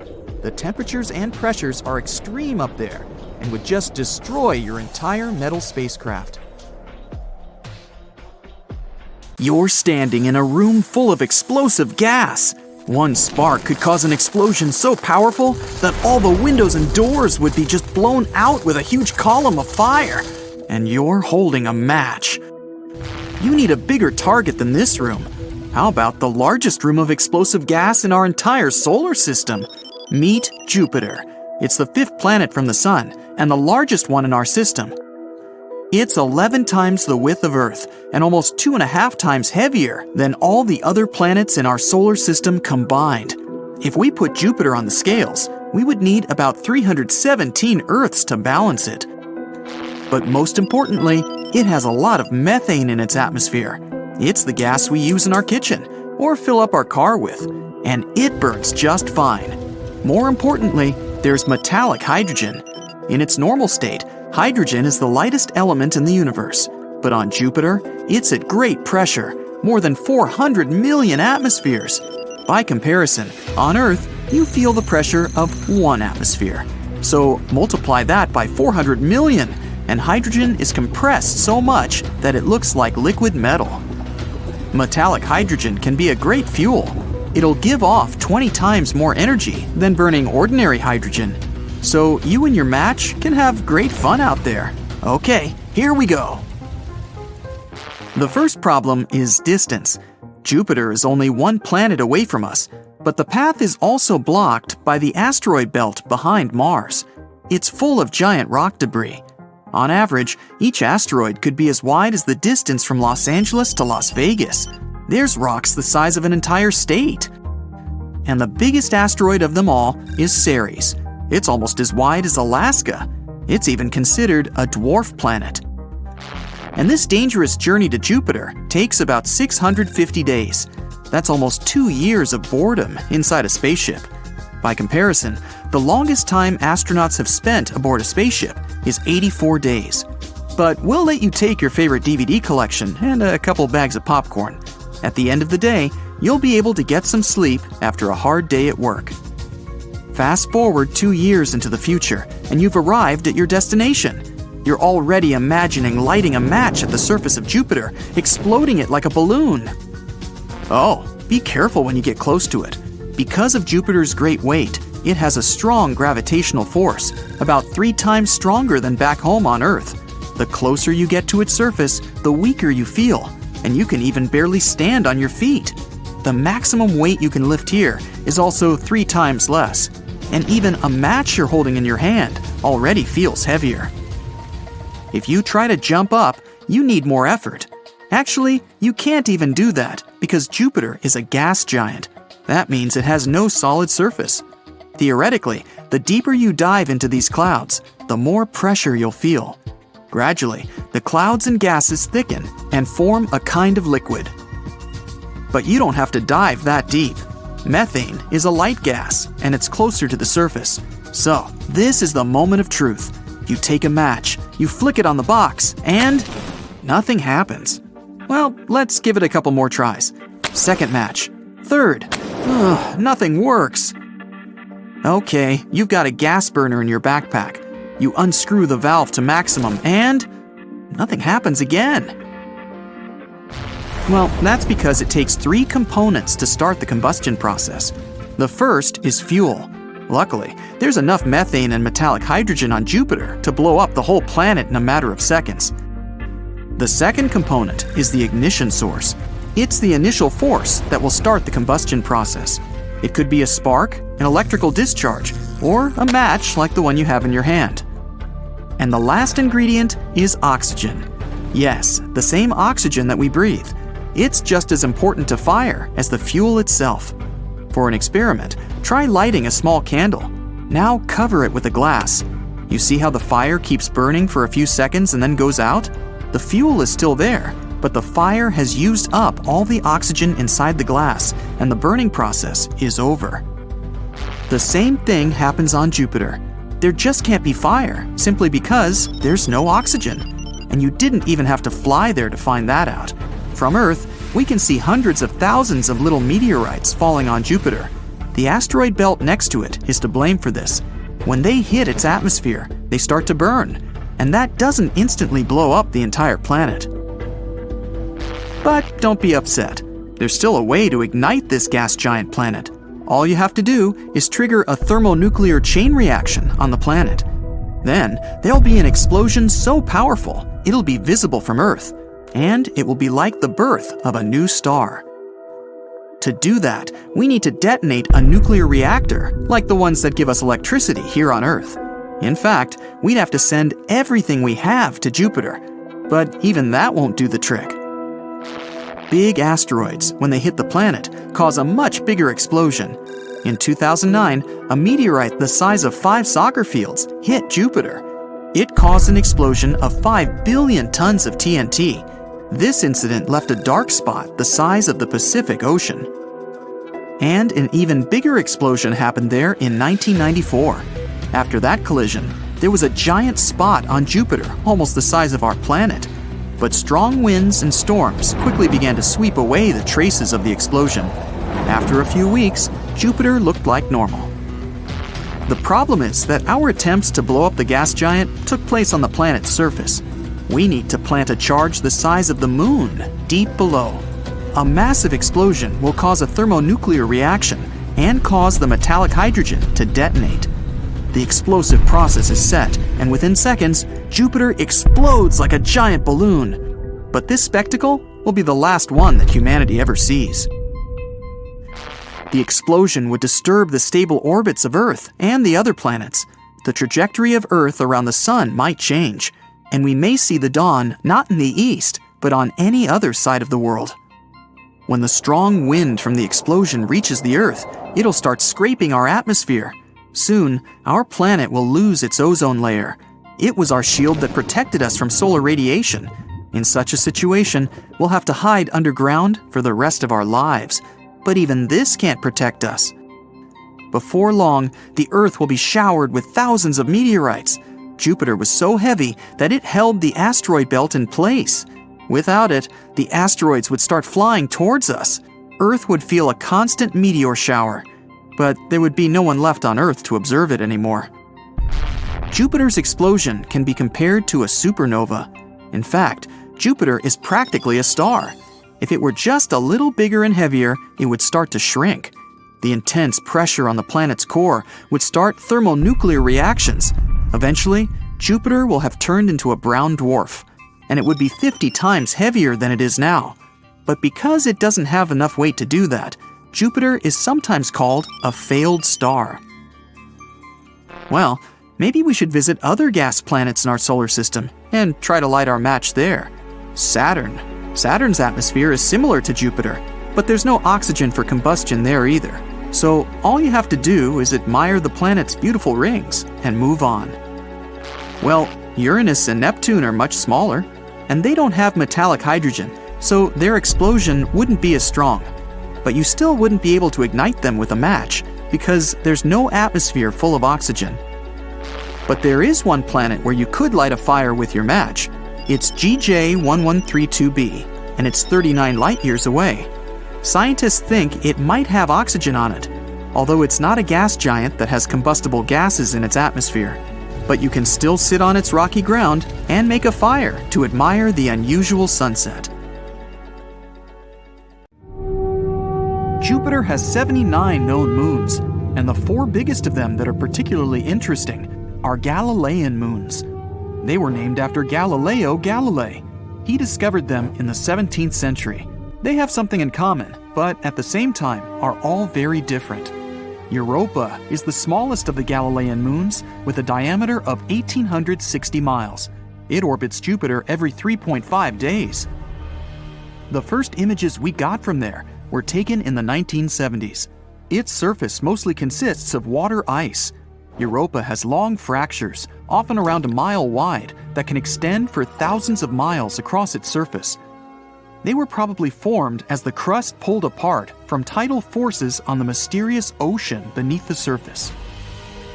In 2012, scientists discovered water vapor plumes erupting close to its south pole, rising up to 125 miles. These plumes can help us find what's inside Europa without having to land there. Scientists think there could be a magnificent ocean hidden 10 to 15 miles beneath the solid surface. That ocean could be 40 to 100 miles deep. Even though it's just 1/4 of Earth's diameter, it contains twice as much water as all of our oceans together. This ocean is a potential environment for some forms of life. Scientists believe the entire ice crust is floating on that ocean. It probably makes a full rotation around Europa once every 12,000 years. In the image the Galileo spacecraft took, you can see small dark brown spots. They're 6 miles across and formed as the hot, less dense material was getting to the surface. It either pushed the crust or broke through it altogether. The surface of Europa consists of so-called chaos terrains. They're rough areas surrounded by a smoother surface. Its equator could be covered in ice spikes called penitentes that can go up to 50 feet high. We have them on Earth too, especially in dry areas at high altitudes. But none of them are as big as those on Europa. Our moon has over 5,000 big craters with a diameter of more than 15 miles. Europa's surface lacks impact craters and doesn't look like it's more than 50 million years old. This means the surface of Europa is changing and reforming all the time. This moon is icy and is one of the smoothest of any solid space objects in our solar system. Because of it, it's 5 times brighter than our moon. Europa is under a constant blast of radiation coming from Jupiter. It's so strong, we wouldn't last even a day there. Europa is 5 times further away from the center of our solar system than Earth. That means it barely gets any heat coming from the sun, so it can remain frozen since the average temperature is negative 250 degrees Fahrenheit at the equator and around negative 360 degrees Fahrenheit at the poles. About 40 years ago, the Voyager 1 spacecraft came close to the rocky moon Io and discovered that it's a volcanic champion of our solar system. Io is Jupiter's 5th innermost moon, 4.5 billion years old, nearly the same age as Jupiter itself. It's similar in size to our moon, and even has a similar density and amount of gravity. Many moons in our solar system consist of silicates and water ice, but Io is made of iron and silicate rock. You'd be able to see some beautiful auroras on Io. As this moon rotates around Jupiter, auroras change brightness all the time, but they're always there. Io is relatively close to Jupiter, almost 260,000 miles above its cloud tops. If you could come to Io and take a look at Jupiter from there, it would appear almost 40 times bigger in the sky than our moon. Stargazing there would be amazing. Io needs 42.5 hours to orbit Jupiter. Our moon needs almost a month. At some points, Io's tidal bulge can go up to 330 feet. It's similar to what we have on Earth. The gravity of our moon causes ocean tides. Io doesn't have an ocean, but the ground itself moves and goes up and down. It's like an elevator taking you to the bottom and then the top of a building with 30 stories. The gravity of Jupiter and its other big moons affect Io, so the solid ground tides on its surface are over 5 times as high as the highest ocean tides on our planet. All this makes Io so hot on the inside that some of the inner materials melt, boil, and try to escape in any way possible. Eventually, it creates a hole in the ground, which then turns into a volcano. Io is the most active body in our solar system when it comes to volcanoes. Io has more than 400 of those, with 150 of them erupting all the time. Some of them shoot their hot gas plumes 200 miles into space. It would be difficult to walk there because we're talking about a pretty intense world of floodplains of liquid rock, huge lava flows, multiple lava lakes, and giant collapsing mountains. Ganymede, the largest moon in the solar system we know of, also has the biggest water ocean. It's 26% greater than Mercury when it comes to volume, but it's less dense. This giant moon has a thick crust of water ice 90 miles deep. There might be a huge ocean of liquid water underneath. It extends 60 miles deep, which is about 10 times deeper than the deepest point in the Earth's ocean. The Voyager spacecraft also detected polar caps made of water frost there. Ganymede is half rock, half water, including tiny amounts of metals and ice. its atmosphere is very thin and doesn't contain oxygen. This ocean most likely doesn't contain life. The Earth is a great example of how certain microbes and creatures can survive deep down without sunlight. But the ocean of Ganymede is so deep and the pressure is so strong that the water at the bottom is probably compressed back into ice. Certain forms of life in the deepest areas of our ocean survive thanks to geothermal vents that eject minerals. Since there's likely thick ice between the ocean and the core, this isn't the case with Ganymede. But the ocean there is salty, with multiple layers divided by icy sheets. If there's any chance of life, it could be in the part where the rocky core is in contact with the most internal icy layer. Beneath all that water and ice, Ganymede is the only moon in the entire solar system with a magnetic field. It's possible because this moon has a liquid core. Ganymede circles Jupiter approximately once every 7 days. Its orbit is so eccentric that at some points, it's pretty close to Jupiter. Ganymede, Io, and Europa have gravitational forces that affect each other. In the time Ganymede orbits Jupiter once, Europa makes 2 orbits, and Io makes a full circle 4 times. 1/3 of Ganymede's surface contains big dark regions, while the other 2/3 are lighter. Dark areas are older and contain more craters. Lighter areas have long ridges and grooves, about 2,300 feet high and thousands of miles long. Kalisto, the 3rd biggest moon in the solar system, 3,000 miles in diameter, needs 17 Earth days to orbit Jupiter. Its atmosphere is very thin. There are many impact craters, but its ancient crust has basically been the same for more than 4 billion years. When a planet is geologically active, like the Earth, some things can erase most of the evidence from past impacts: water, volcanoes, tectonic plate movements, human activity, and weather. All this changes the surface. Kalisto has experienced none of those. Scientists think this moon used to be an ocean world that eventually froze over.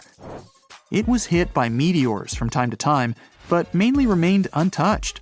And yet, it still has some pretty impressive craters, like Valhalla, the biggest multi-ring crater in our solar system. That's 2,500 miles in diameter.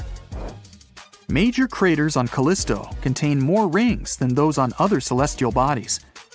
Whatever hit the moon was big enough to have punctured the thin crust, causing water to spread on the surface. And under this thin crust, there could be either salty ocean or soft ice. The Galileo space probe detected that Jupiter's magnetic field couldn't penetrate through this moon, likely because of a layer at least 6 miles thick. That's why it's hard to explore Kalisto. Moons like Europa have vents that eject water from the subsurface oceans. But to explore Kalisto and discover more about its past, we'd have to use the old-school way, digging through the crust. If we wanted to explore the outer parts of our solar system, Kalisto would be a great spot because Jupiter's radiation doesn't reach it. So we'd be safer there than on some other inner moons. There are almost no similarities between Earth and Jupiter. Ours is a sweet, small planet with plants and cute pandas. Jupiter is a giant gas horror with furious hurricanes which never subside. And if you fall into this planet, you might literally fly through it. But what would happen if our Earth was the size of the father of the solar system? Oh, this is going to be fun. Jupiter is a planet so big that I bet you can't even imagine its scale. Its radius is about 11 times the radius of Earth, and it's about 316 times more massive.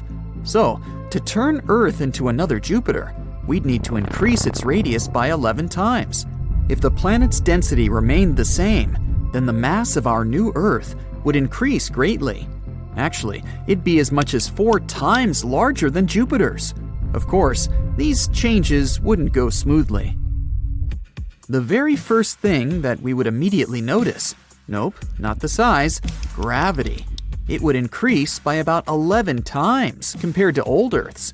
Scientists say we can actually survive on a planet with greater gravity, but only if it's less than 5 times stronger than what we have now. Well, let's assume that we're daredevils, always ready to challenge nature. What would our life be like? Well, not very pleasant. After each step, you'd have to sit down on a bench and take a break, as if you've just run a marathon. Yes, it would be that hard to walk. Oh, and good luck with getting up later. In order to somehow move around this planet, we'd have to pump up very strong muscles. No more problems with junk food, 'cause you'd have to become a heavy lifter just to get to the refrigerator. The force of gravity affects not only movement, but also the size of everything. Do you know that many astronauts gain some height due to weightlessness in space? So if you're worried about being short, here's a solution for you. On the other hand, strong gravity would make us all shorter. This would go not only for humans, but for everything on our planet. Trees would become very small. To grow upward, they would have to move water from their roots to branches, which would be unrealistic with such gravity. So they'd all turn into little bushes. Also, no more mountains. Even the largest ones would become very small. But at least now, everyone would be able to conquer Everest. This would also apply to animals. Our pets would have to quickly evolve into pumped-up corgis just to be able to walk somehow. Oh, and say goodbye to birds, of course. If you think that's not enough suffering, let's add another thing. It would be very difficult for us to breathe. Atmospheric pressure would increase dramatically. That's because Earth would start to pull air toward itself with great force. You'd literally feel the weight of it on your shoulders. Remember what I said about taking a break after each step? Now, imagine that you'd also have to breathe through a pillow. Yeah. And that's not all. Atmospheric pressure plays an important role in the behavior of water molecules. It would be much more difficult for water to boil or turn into ice. Most icebergs would melt, and it's possible that we'd have no more clouds too. All water vapor would come crashing down on us in giant torrents of rain. We'd be lucky if we didn't get flooded instantly. But, oddly enough, there would also be some advantages. For example, everything around us would become much more spacious. Assuming we didn't get flooded, there would even be a bunch of deserted areas on the planet. Maybe land prices would finally fall. But these unexplored areas would most likely remain unexplored, since we'd hardly be able to travel across seas and oceans. Not only because moving across the water would be incredibly difficult, but also because all water bodies on the planet would become 10 times larger.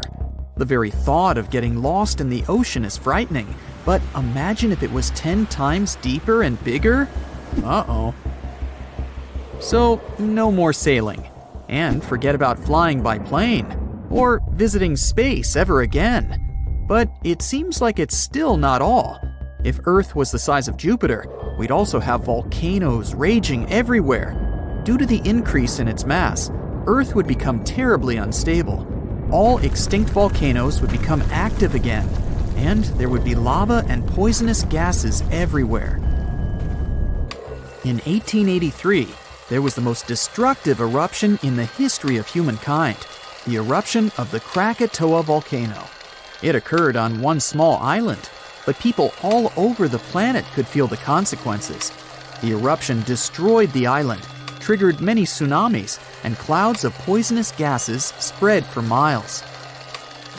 Now imagine this, but 10 times worse. That's what would happen on our Jupiter-sized Earth.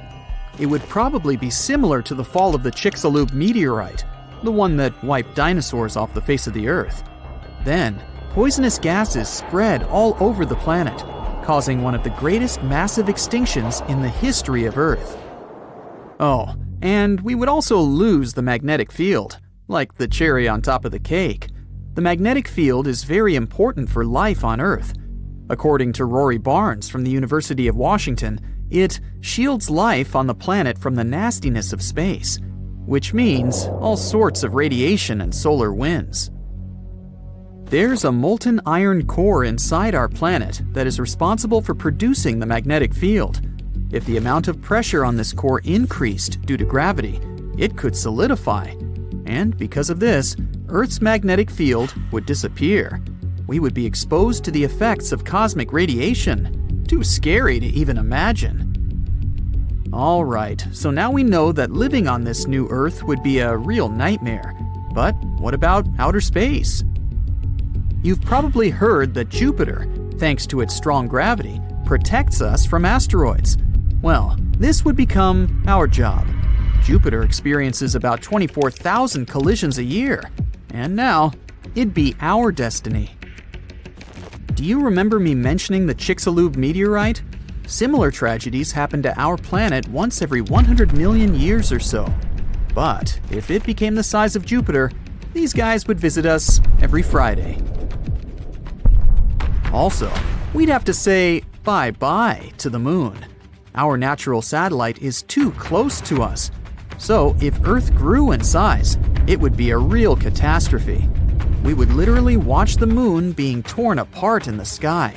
Of course, after that, all these fragments would crash into us.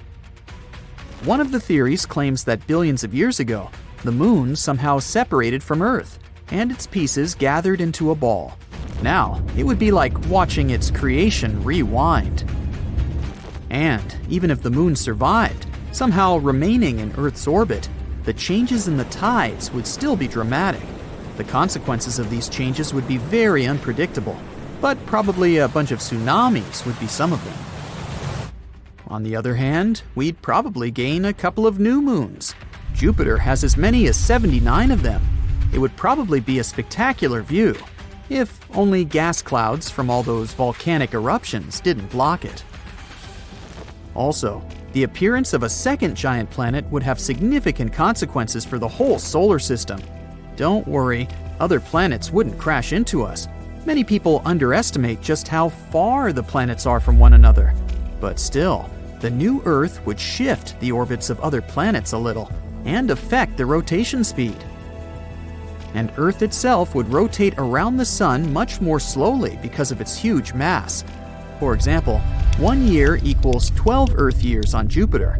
All this, of course, would greatly affect seasons and the climate in general. So, would there be life on Earth? Bold of you to even ask this question. But if one day we do manage to find a habitable super-Earth close to Jupiter in size, it would be very interesting to take a look at it. Hop on! I've prepared a tour around Earth's fellow planets. Let's start with Mercury, the smallest planet in the solar system. During the day, the temperature on the surface of this planet can reach 800 degrees Fahrenheit, and during the night, it can drop to negative 290 degrees Fahrenheit. The temperatures here are so extreme because the planet has no atmosphere. Instead of it, Mercury has a thin exosphere. That's one of the reasons why Mercury is not habitable. The temperatures and solar radiation are too extreme for any organism to survive there. Now let's imagine there's a way to live on Mercury. Then what would life there look like? Mercury's surface resembles that of the moon. Over time, meteorites left lots of marks on it. Unlike the moon's surface, Mercury is grayish-brown. Now look up.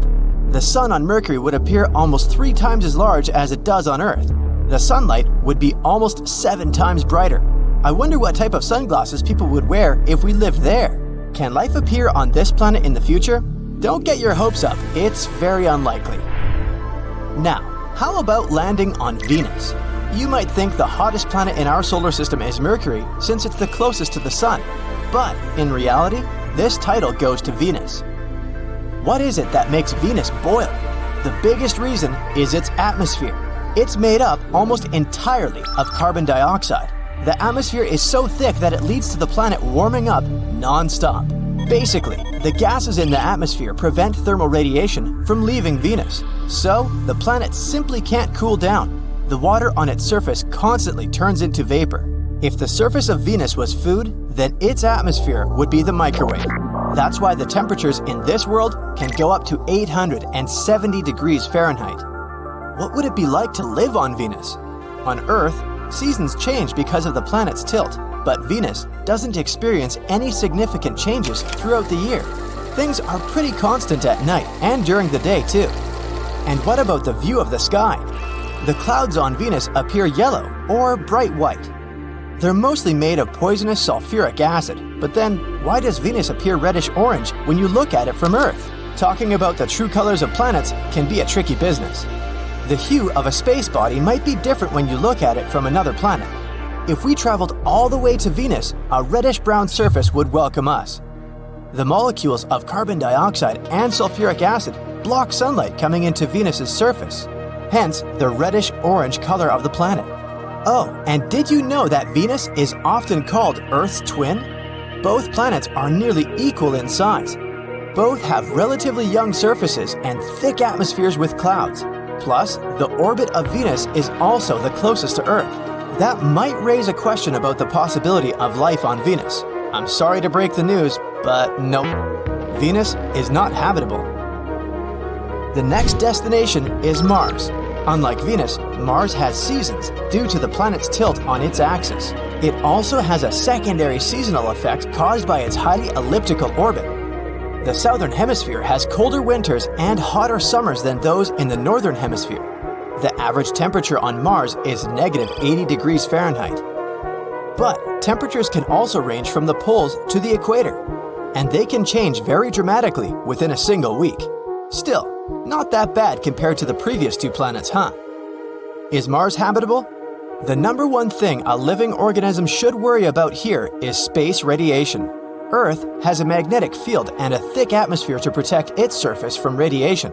Mars has neither. The planet's gravity is 1/3 of Earth's.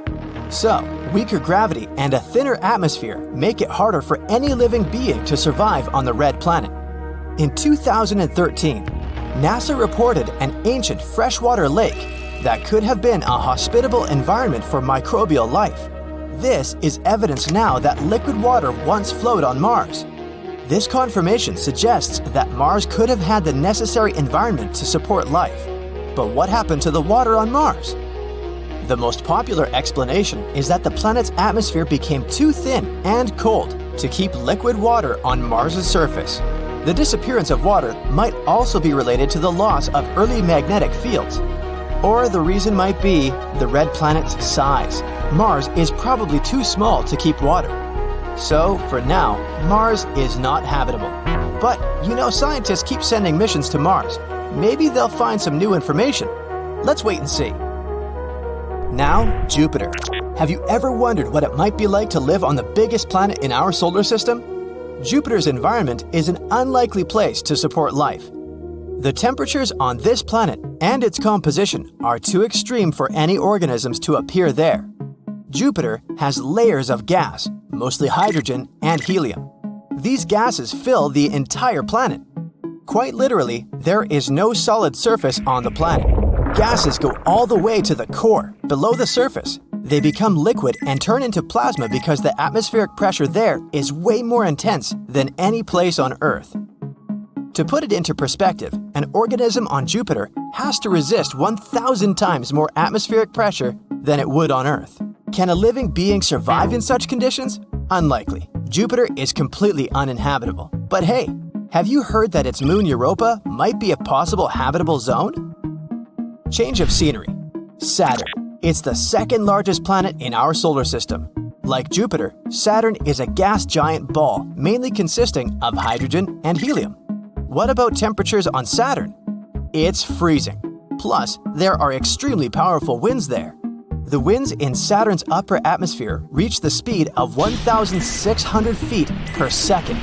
Let's compare them to storms on Earth to have a better understanding. The strongest hurricane ever recorded on Earth was moving at 350 feet per second. So the answer to the question, is there life on Saturn?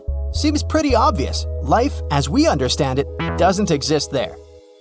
The next stop is Uranus, one of the largest ice giants. Uranus's atmosphere is dominated by ice, but it's not the only reason that causes the planet's blue color. It's also the methane in the atmosphere. It absorbs red light and reflects blue. The same goes for Neptune. Uranus is the coldest planet in the solar system. The temperatures there can be as low as negative 371 degrees Fahrenheit. Life on Earth needs sunlight to get energy, but there's nothing on Uranus that can produce any energy for life forms to thrive. The bottom line is Uranus doesn't have the environment to sustain life. Heading for Neptune, the second ice giant. What is there on the planet furthest from the Sun? Obviously, it's incredibly chilly. There's neither a source of energy that bacterial life can exploit, nor a source of liquid water. Currently, scientists believe it's unlikely to find life on Neptune because of such unfriendly conditions. So, what makes our planet so livable? And I'm not just talking about human life, I mean any living organisms, even microbes. Life requires very special conditions to exist. All living beings need some sort of food, water, and the right temperature to develop. The atmosphere is a vital element. Humans, for instance, need oxygen to breathe, and they can only survive in temperatures that aren't extremely hot or cold. Another thing is gravity. All the other planets I've mentioned don't have exactly the same conditions as Earth. Life there would probably be different than what we have here. All living beings on Earth have adapted to our atmosphere, and life forms elsewhere would need to be able to survive in that planet's conditions. What would the Earth look like if it was born in another solar system? I did a little research for you to find out, and the results were surprisingly wholesome. There are some warm tropics, strong winds, and giant dragonflies. But okay, let me explain from the very beginning. Since 1995, NASA has discovered more than 4,100 planets outside the solar system. Unfortunately, most of them are either flying ice balls like Neptune or gas giants like Jupiter. But there are still as many as 161 planets similar to our Earth. And one of them is very close to us, in the Alpha Centauri constellation. There are 3 stars in this constellation. 2 of them are called Alpha Centauri A and Alpha Centauri B. If you live in the southern hemisphere, you've probably seen them. They're very bright. Because of that, they look like one big star. They rotate around each other very slowly. And there's the 3rd star, chilling around not far from them. It's a teeny tiny red dwarf, Proxima Centauri. It got its name because of its proximity to our Sun. This star is the most interesting one, so let's talk more about it. Proxima Centauri is only 4.5 light-years away from us. Oh, and 1 light-year is about 6 trillion miles. Yep. If we went there, it would have taken just a little over 165,000 years of traveling in a space shuttle. Oh, you think that's a lot? For the universe, it's like checking on your fridge. Proxima Centauri is much lighter and much smaller than the Sun. It's also 2 times colder than the Sun, with a temperature of 3,000 Kelvin. That's why we can't see it without a telescope. On the bright side though, it will burn for trillions of years, and you don't have to worry that one day it will eat us like our Sun.